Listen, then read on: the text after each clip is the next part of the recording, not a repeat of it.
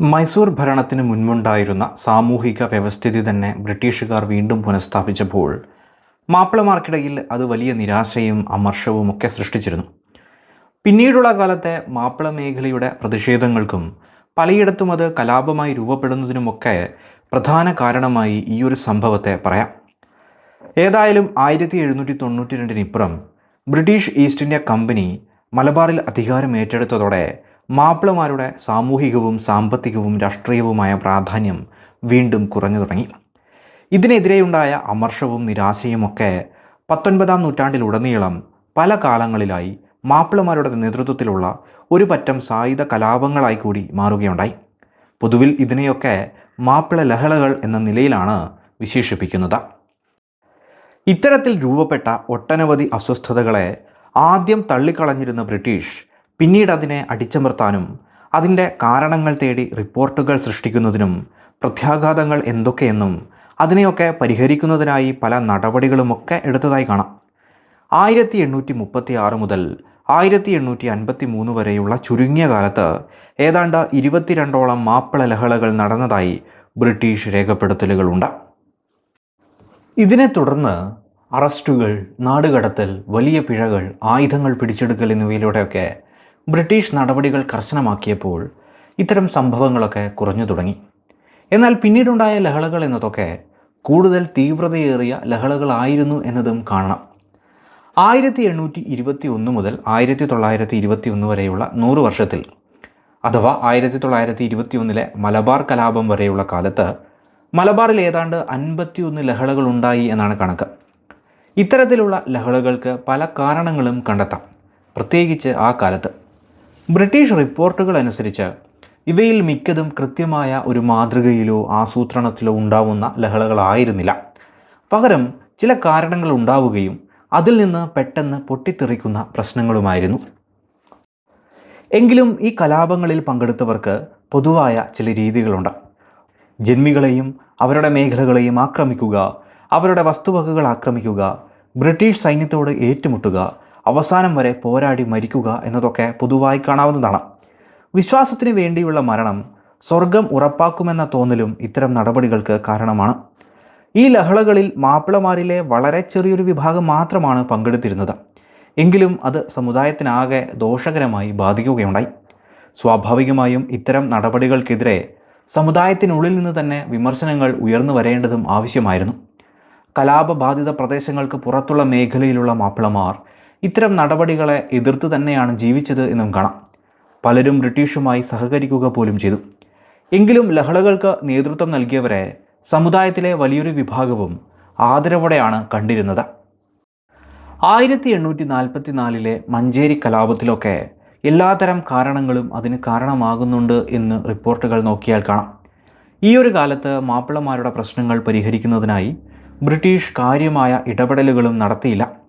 ഏതായാലും ലഹളകൾ വർദ്ധിച്ചതോടെ ഇവയിലൊക്കെ ഇടപെടേണ്ടതിനും പരിഹരിക്കുന്നതിനും ബ്രിട്ടീഷ് നിർബന്ധിതരാവുകയാണ്.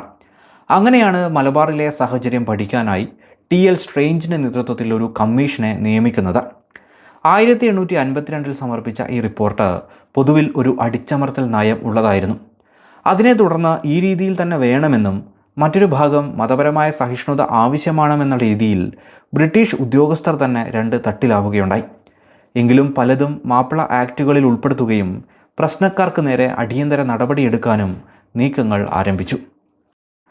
അതിൻ്റെ ഭാഗമായി പ്രശ്നങ്ങൾ ഉണ്ടാവുന്ന മേഖലയിൽ വലിയ പിഴകൾ നൽകിയും മാപ്പിളമാരുടെ ആയുധങ്ങൾ പിടിച്ചെടുക്കാനുമൊക്കെ ആരംഭിച്ചു. 1855 ഏതാണ്ട് 8000ഓളം ആയുധങ്ങൾ പിടിച്ചെടുത്തതായി കാണാം.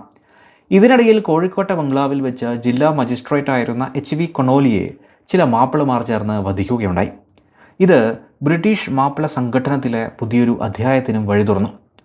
പൊതുവിൽ സത്യസന്ധനും നീതിയുക്തവുമായ നടപടികളൊക്കെ എടുത്തിരുന്ന, എന്തിനേറെ മാപ്പിളമാരുടെ പ്രശ്നങ്ങൾ തീർക്കാൻ അവരെ ഗവൺമെൻറ് സർവീസിലേക്ക് ഉൾപ്പെടുത്തണമെന്ന നയമൊക്കെ ഉണ്ടായിരുന്ന HV കൊണോലിയുടെ തന്നെ മരണം അടിച്ചമർത്തൽ നയം പിന്തുടരുന്നവർക്ക് കൂടുതൽ ശക്തി നൽകി. ഏറനാട്ടിലും വള്ളുവനാട്ടിലുമുള്ള പ്രശ്നങ്ങളെ രമ്യമായി പരിഹരിക്കാൻ സാധിക്കില്ലെന്നും പകരം കടുത്ത അടിച്ചമർത്തൽ നയത്തിലേക്കും ബ്രിട്ടീഷ് അങ്ങനെ എത്തിച്ചേർന്നു. കൊണോലിക്ക് ശേഷം കലക്ടറായി നിയമിതനായ T ക്ലർക്ക് കടുത്ത നിലപാടുകൾ കൂടി എടുത്തു. ഒരിക്കലും തൻ്റെ ഗവൺമെൻറ് ദുർബലമാണെന്നോ ശക്തി പ്രയോഗിക്കാൻ ഭയപ്പെടുത്തുമെന്നോ ഒരു തോന്നലും അദ്ദേഹം സൃഷ്ടിക്കാൻ ഉദ്ദേശിച്ചില്ല. അപ്രകാരം അടിയന്തര നിയമങ്ങൾ സൃഷ്ടിക്കപ്പെട്ടു. മരണത്തിലൂടെ മാത്രം ശാന്തമാകുന്ന ആ ചെറിയ ശതമാനം ശത്രുവിന് മുന്നിൽ മടുത്തിരുന്ന സൈന്യവും ഈ ഒരു നയത്തെ സ്വാഗതം ചെയ്യുന്നുണ്ട്. 1890 വരെയൊക്കെ ലഹളകൾ തുടർന്നുവെന്നെങ്കിലും കടുത്ത അടിച്ചമർത്തൽ നയം കൊണ്ട് തന്നെ ഇവയുടെയൊക്കെ ശക്തി വലിയ തോതിൽ കുറഞ്ഞു തുടങ്ങിയിരുന്നു. പ്രശ്നങ്ങളുണ്ടാക്കിയ പല മാപ്പിളമാരെയും ദൂരെ നാടുകളിലേക്ക് നാട് കടത്തുകയുണ്ടായി. അതുപോലെ പ്രശ്നങ്ങൾ ഉണ്ടാവുന്ന മേഖലയ്ക്ക് ഒന്നാകെ വലിയ കൂട്ടപ്പിഴ നൽകാനും ബ്രിട്ടീഷ് ആരംഭിച്ചു. ഇത് മാപ്പിള സമുദായത്തിന് തന്നെ വലിയ നഷ്ടങ്ങൾ സൃഷ്ടിച്ചു. അതോടെ സമുദായത്തിലുള്ളവർ തന്നെ ഇത്തരം കലാപകാരികൾക്കെതിരെ രംഗത്തിറങ്ങുകയുമുണ്ടായി. ഈ ഒരു കാലത്തൊക്കെയാണ് മുസ്ലിം സമുദായത്തിൽ തന്നെ സംഘടനകൾ ഉണ്ടാവുന്നതും സമാധാനം നിലനിർത്താനുള്ള നയങ്ങളൊക്കെ സൃഷ്ടിക്കപ്പെടുന്നതും. ബ്രിട്ടീഷുകാർക്കെതിരെ ആരും ലഹള നടത്തരുതെന്നും വിവരമില്ലാത്തവരെ ഇതിൽ നിന്ന് പിന്തിരിപ്പിക്കാൻ പണ്ഡിതന്മാർ ശ്രമിക്കണമെന്നും ഇത്തരം നീക്കങ്ങളുണ്ടായാൽ ആ വിവരം മുൻകൂട്ടി ഗവൺമെൻറ്റിനെ അറിയിക്കണമെന്നും കാണിച്ച് പൂക്കോയ തങ്ങൾ ഒരു ഫത്വ ഒക്കെ പുറപ്പെടുവിച്ചതും കാണാം. ഏതായാലും ഇതിൻ്റെയൊക്കെ ഭാഗമായി ഒന്നാം ലോക മഹായുദ്ധകാലം വരെയൊക്കെ മലബാറിൽ പൊതുവിലൊരു ശാന്തതയും നിലനിന്നു. ഏതായാലും മൈസൂർ ഭരണത്തിന് ശേഷം ഒരു വിഭാഗം മാപ്പിളമാർ എന്തിന് ലഹളകൾ നടത്തി എന്നത് പരിശോധിക്കുമ്പോൾ അതിൻ്റെ കാരണങ്ങളെക്കുറിച്ച് ഒട്ടനവധി നിരീക്ഷണങ്ങൾ കാണാം. ബ്രിട്ടീഷുകാരോടുള്ള പൊതുവായുള്ള ദേഷ്യം, കാർഷിക തകർച്ച, ദാരിദ്ര്യം, മതഭ്രാന്ത്, വിദ്യാഭ്യാസത്തിൻ്റെ കുറവ് തുടങ്ങിയവയൊക്കെ അതിൽപ്പെടുന്നുണ്ട്.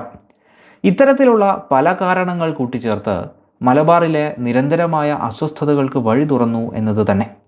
ഇതുമായി ബന്ധപ്പെട്ട ബ്രിട്ടീഷ് മേഖലയിലെ പലരും പഠനം നടത്തിയതായും റിപ്പോർട്ടുകൾ സമർപ്പിച്ചതായുമൊക്കെ കാണാം.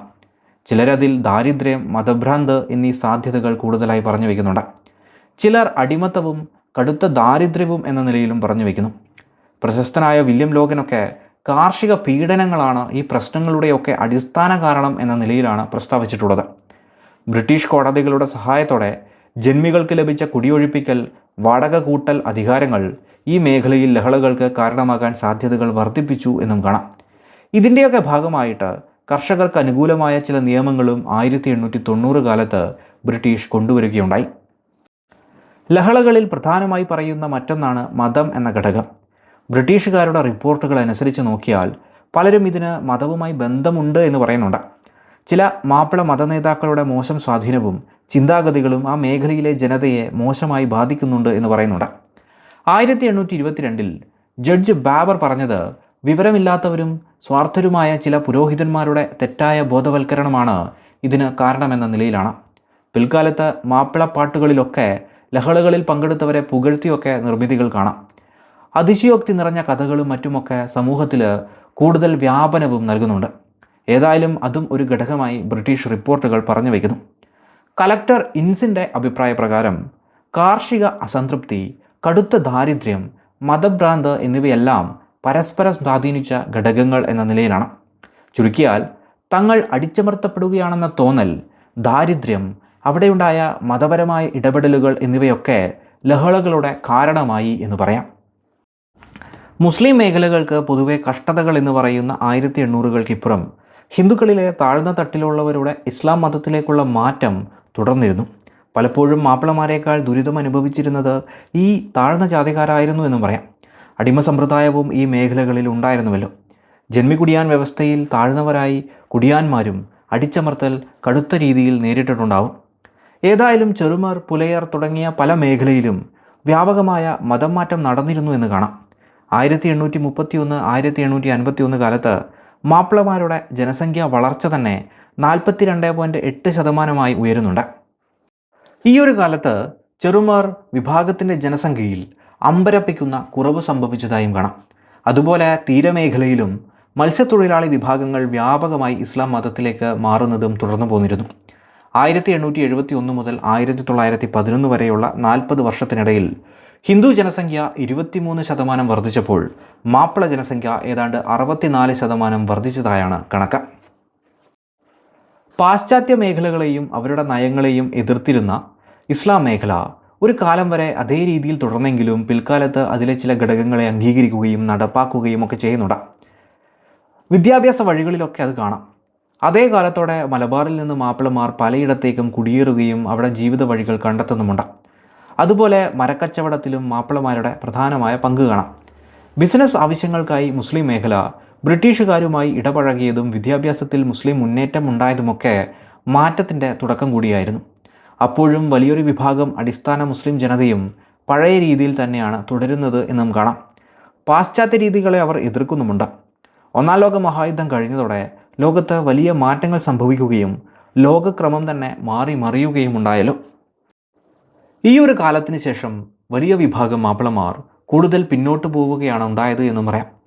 ഇത്തരത്തിലുള്ള വലിയ മാറ്റങ്ങളും ഇന്ത്യയിലും മലബാറിലുമൊക്കെ ഉണ്ടായ പുതിയ രാഷ്ട്രീയ മാറ്റങ്ങളും ഒത്തുചേർന്നപ്പോൾ അത് 1921 മലബാർ കലാപത്തിന് തന്നെ വഴി തുറന്നിട്ടു. മാപ്പിള ചരിത്രത്തിലെ അഥവാ മലബാറിലെ മാപ്പിള സമൂഹത്തിൻ്റെ ജീവിതത്തിലെ വഴിത്തിരിവും അവസാന ബിന്ദുവുമൊക്കെയായി കൂടി അതിനെ കാണാം. അവസാനത്തെ മാപ്പിള ലഹള കൂടിയായിരുന്നതിനാൽ പുതിയൊരു കാലഘട്ടത്തിൻ്റെ തുടക്കം കൂടി അത് നൽകി. 1921 ഓഗസ്റ്റ് 20 മാപ്പിള കലാപം ആരംഭിക്കുന്നത്. 6 മാസത്തോളം നീണ്ടു നിൽക്കുകയും പിന്നീടൊരു 6 മാസക്കാലമെങ്കിലും നീണ്ടുനിന്ന അസ്വസ്ഥതകളുമൊക്കെയായി കലാപം കുറേ കാലമുണ്ടായി. കലാപം പ്രധാനമായും ദക്ഷിണ മലബാറിലായിരുന്നല്ലോ. ഏറനാട്, വള്ളുവനാട്, പൊന്നാനി താലൂക്കിലെ ചില മേഖലകൾ എന്നിവയൊക്കെ ആയിട്ടായിരുന്നു കലാപം അന്ന് നടന്നത്. ഏതായാലും മലബാർ ചരിത്രത്തിലെ നിർണായക സംഭവമായി 1921 മലബാർ കലാപം മാറുകയുണ്ടായി.